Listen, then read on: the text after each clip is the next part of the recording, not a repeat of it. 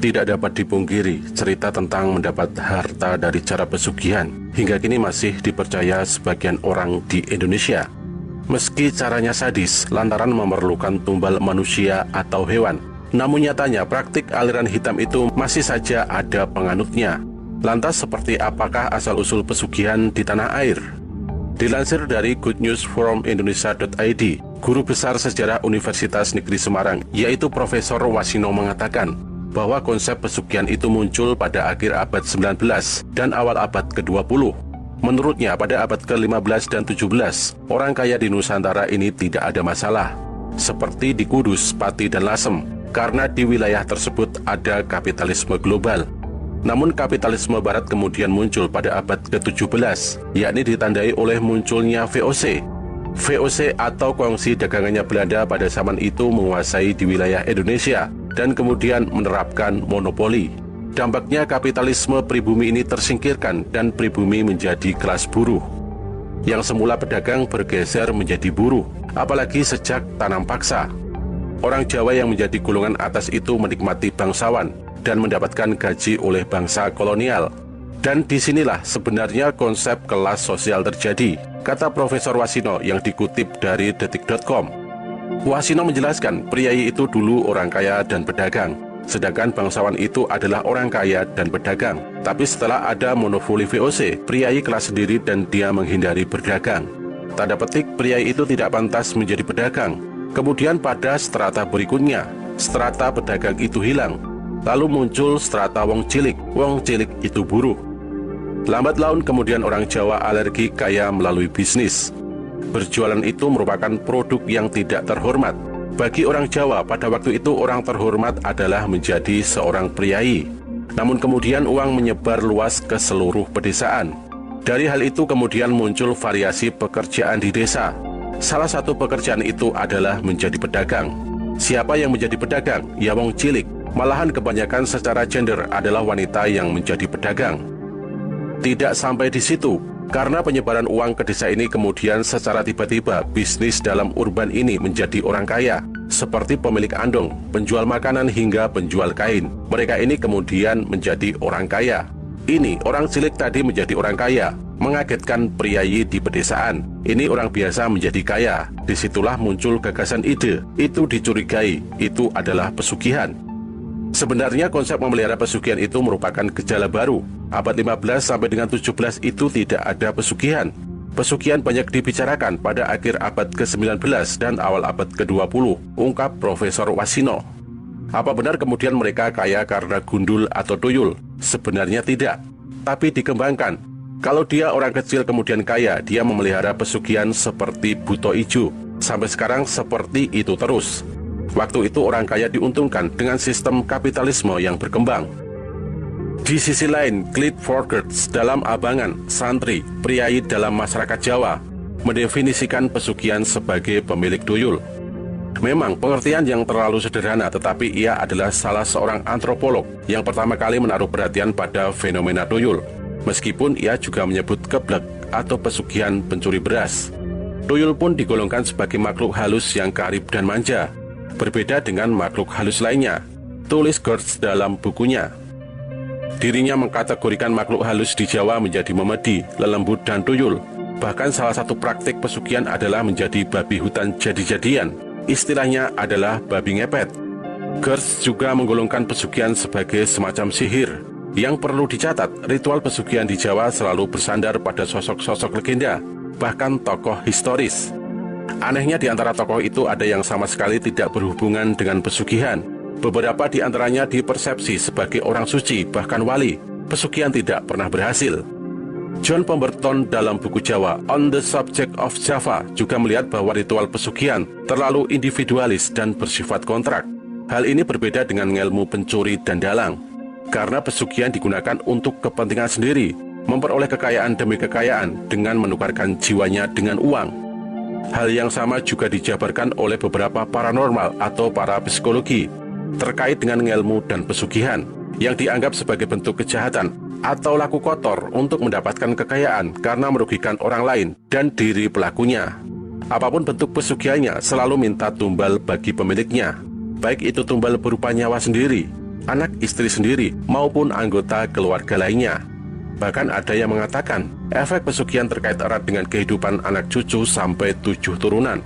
Karena yang diambil dari pesugihan adalah rezeki anak cucu, kata Agus Misbahul Munir, ahli kadam pengasuh perguruan amanat suci di Tropodowaru, Sidoarjo, Jawa Timur.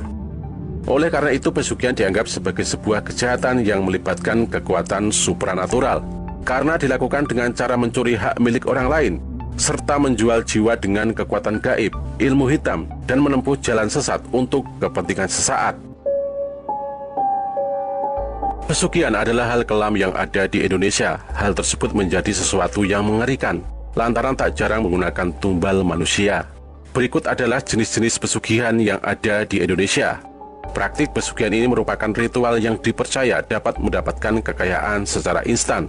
Mereka akan membuat perjanjian dengan makhluk gaib untuk mendapatkan kekayaan tersebut. Yang pertama adalah pesugihan popok wewe. Pesugihan popok wewe ini cukup dikenal dengan cara memelihara makhluk gaib, dan sudah lama dipercaya oleh beberapa masyarakat Jawa akan mendatangkan kekayaan bagi yang melakukannya. Popok wewe merupakan hantu seperti genderuwo wanita yang sering menempati area sekitar sungai atau pohon randu alas.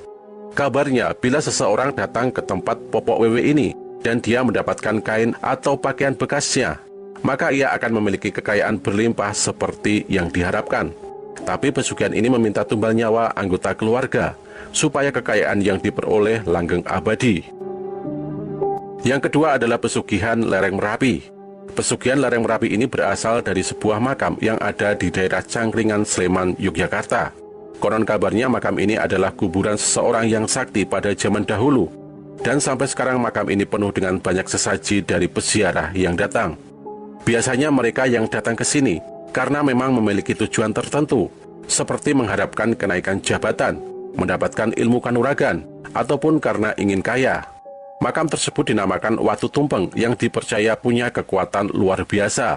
Namun kabarnya makam ini bukanlah makam manusia, melainkan makam seekor gajah tunggangan kerincing wesi yang dulu menjaga Gunung Merapi. Sesajen yang dibawa juga cukup beragam, seperti jajanan pasar, kembang 7 rupa, kemenyan, atau syarat sesajen lainnya. Menurut beberapa sumber, makam ini kerap digunakan untuk berdoa atau meminta sesuatu.